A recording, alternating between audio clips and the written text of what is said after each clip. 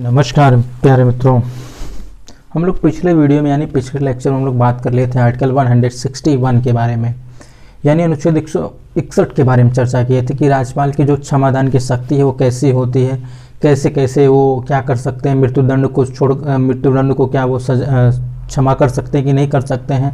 हम लोग कई सारे बिंदुओं को देखे थे और इसके साथ ही साथ हम लोग तुलनात्मक अध्ययन किए थे कि क्या जो राष्ट्रपति का जो क्षमादान की शक्ति है क्या राज्यपाल की क्षमादान शक्ति के बराबर है, इक्वल है, या फिर कुछ उसमें अंतर है। हम लोग उसके बारे में चर्चा किए थे और हम लोग ये भी चर्चा किए थे कि किस किस न्यायालय के द्वारा अगर दंड दिया जाता है तो कौन कौन उन सज़ा को क्या कर सकता है, क्षमा कर सकता है, दंड को क्षमा कर सकता है। हम लोग इसके बारे में चर्चा किए थे और साथ ही साथ ये भी हुआ था कि अगर कोई सेना न्यायालय अगर कोई डिसीजन सुनाती है, कोई निर्णय देती है, सेना न्यायालय से क्या तात्पर्य होता है कि जो कोर्ट मार्शल होता है, अगर वो क्या करते अपने ही किसी एक कैंडिडेट या फिर किसी आर्मी के लिए क्या कर दे, कोई दंड दे दे या फिर उसे कोई सज़ा दे दे, तो उसमें क्या स्थिति होती है राज्यपाल की और क्या स्थिति होती है राष्ट्रपति की। हम लोग इसके बारे में भी चर्चा पिछले ही लेक्चर में यानी आर्टिकल 161 में चर्चा कर लिए थे। आज हमारा जो टॉपिक है अनुच्छेद है जो है वो है अनुच्छेद 162 यानी आर्टिकल 162। इसमें क्या कहा गया है कि राज्य की कार्यपालिका शक्ति का विस्तार।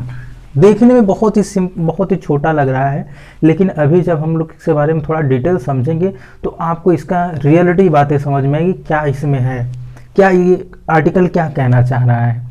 आर्टिकल को समझना आवश्यक होता है। देखिए कभी कभी ऐसा होता है, कुछ प्यारे मित्र ऐसे होते हैं जो देखते हैं कि जो केवल पूछा जा रहा है उसी केवल पढ़ लेते हैं, उनको लगता है हाँ बस इतने से ही काम चल जाएगा।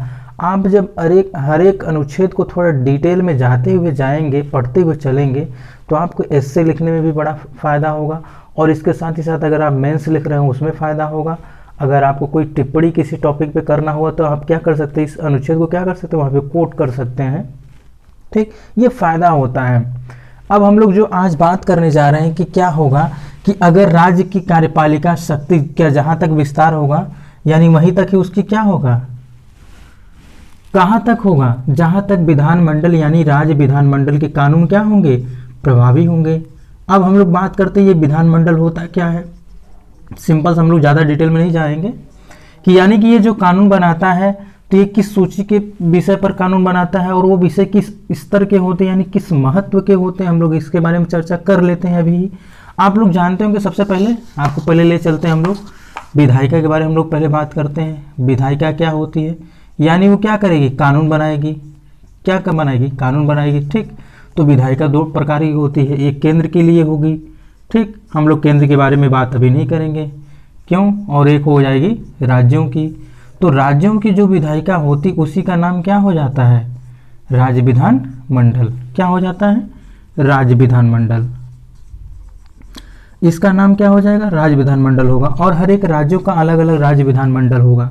ये क्या करेंगे, राज्य सूची पर, ये यानी क्या होती है, ये राज्य की विधायिका होती है और ये राज्य सूची पर यानी ये राज्य सूची पर क्या करेगी, कानून बनाएगी। ठीक, और इसके साथ ही साथ आप ये समझिएगा कि राज्य विधानमंडल राज्य सूची के विषय पर कानून बनाती है, लेकिन ये क्या करेगी, वो संबंधित राज्य यानी कि मान लीजिए कोई राज्य है, जो भी राज्य हो, चाहे यूपी हो, चाहे बिहार हो, चाहे क्या हो, चाहे दिल्ली हो, या चाहे मान लीजिए आप एमपी हो मान लीजिए।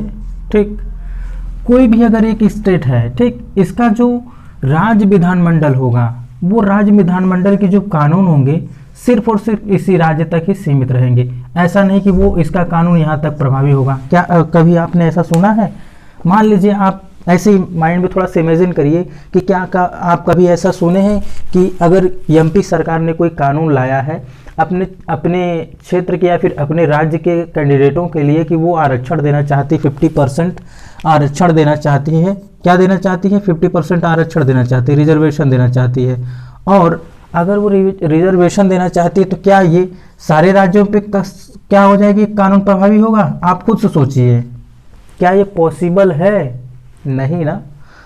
इसलिए आप समझिएगा कार्यपालिका शक्ति से यही तात्पर्य होता है कि जहाँ तक राज्य विधानमंडल के कानून का प्रभाव जहाँ तक प्रभावी होगा, यानी वहाँ जहाँ तक लागू होगा, वहाँ तक ही कार्यपालिकी शक्ति का क्या होगा, विस्तार होगा।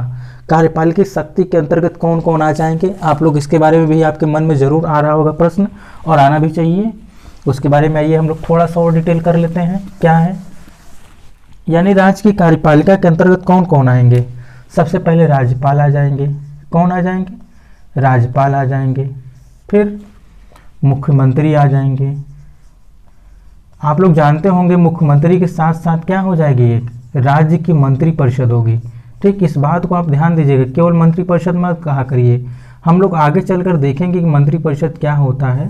ठीक, इसकी क्या संख्या क्या तय की जाती है, तो ये क्या आ जाएंगे, राज्य के कार्यपालिका के अंतर्गत आ जाएंगे। वही केंद्र के बारे में अगर आप बात करेंगे तो क्या हो जाएगा, राष्ट्रपति हो जाएंगे, उपराष्ट्रपति हो जाएंगे, प्रधानमंत्री हो जाएंगे, और क्या हो जाएंगे, केंद्र की मंत्रिपरिषद हो जाएगी। मंत्रिपरिषद में कौन कौन से मंत्री शामिल होते हैं, मंत्रिपरिषद और मंत्रिमंडल में क्या अंतर होता है, हम लोग आगे ही नेक्स्ट वीडियो में चर्चा करेंगे अच्छे से। हाँ, इसके बारे में हम लोग पहले भी चर्चा कर चुके हैं, आपके ही इस चैनल पर बहुत से ऐसे वीडियोज पड़े हुए हैं कि मंत्रिमंडल और मंत्रिपरिषद में क्या अंतर है। यूपीएससी में कई बार ये प्रश्न पूछा गया, टिप्पणी करने के लिए दे दिया गया, समझ में नहीं आता क्या है मंत्रिपरिषद, क्या है, कैसे कैसे मंत्रियों के समूह को कहा जाता है, ये सारे डिटेल्स हम लोग नेक्स्ट वीडियो में करेंगे। फिलहाल हम लोग पहले कर चुके हैं, अगर आप वो वीडियो देखे होंगे तो आपको ज़्यादा हेल्प मिलेगा आने वाली नेक्स्ट वीडियो में। अगर नहीं देखे तो एक बार अवश्य देख लीजिएगा। भारतीय राज्य व्यवस्था नामक जो प्लेलिस्ट है उसमें आप जाएंगे तो आपको ये वीडियो आराम से मिल जाएगा। तो यहाँ पर क्या हुआ, बात क्या की गई, यानी कि जो विधायिका है, विधायिका कितने प्रकार की होगी, 2 प्रकार की, एक केंद्र की हो जाएगी, और ये जो केंद्र की विधायिका होती है इसका नाम हम यहाँ पर मेंशन कर ही देते हैं, क्योंकि बहुत से मित्र के मन में ये प्रश्न बन सकता है। ठीक, केंद्र की विधायिका यानी कौन हो जाएगी, संसद हो जाएगी, पार्लियामेंट हो जाएगी। और जो राज्यों की विधायिका जो होती है वो राज्य विधानमंडल, ठीक, राज्य विधानमंडल हो जाती है। ठीक, राज्य विधानमंडल की सूची पर कानून बनाएगी, राज्य सूची पर, और संसद की बनाएगी, संसद की सूची पर कानून बनाएगी, संघ सूची पर। ठीक, किस सूची पर बनाएगी, संघ सूची पर बनाएगी। इसी को कभी कभी लोग कह देते हैं केंद्रीय सूची, आप कंफ्यूज मत होइएगा, केंद्रीय सूची, यूनियन लिस्ट, ठीक, सेंट्रल लिस्ट बोल देते हैं, तो आप इसको अवश्य ध्यान दीजिएगा। और इसको क्या बोलते हैं, इसको स्टेट लिस्ट बोलते हैं। यानी कि जिस विषय पर जहां तक इसके कानून प्रभावी होंगे वहीं तक ही इन लोगों की भी क्या प्रभावी होगी, इनकी शक्ति का विस्तार होगा। बस केवल इतना सा ही बात था ये। आप इसको थोड़ा सा विस्तार से अपना नोट्स बना सकते हैं, ड्राफ्टिंग के माध्यम से बनाएंगे तो आपको ज़्यादा हेल्प मिलेगी।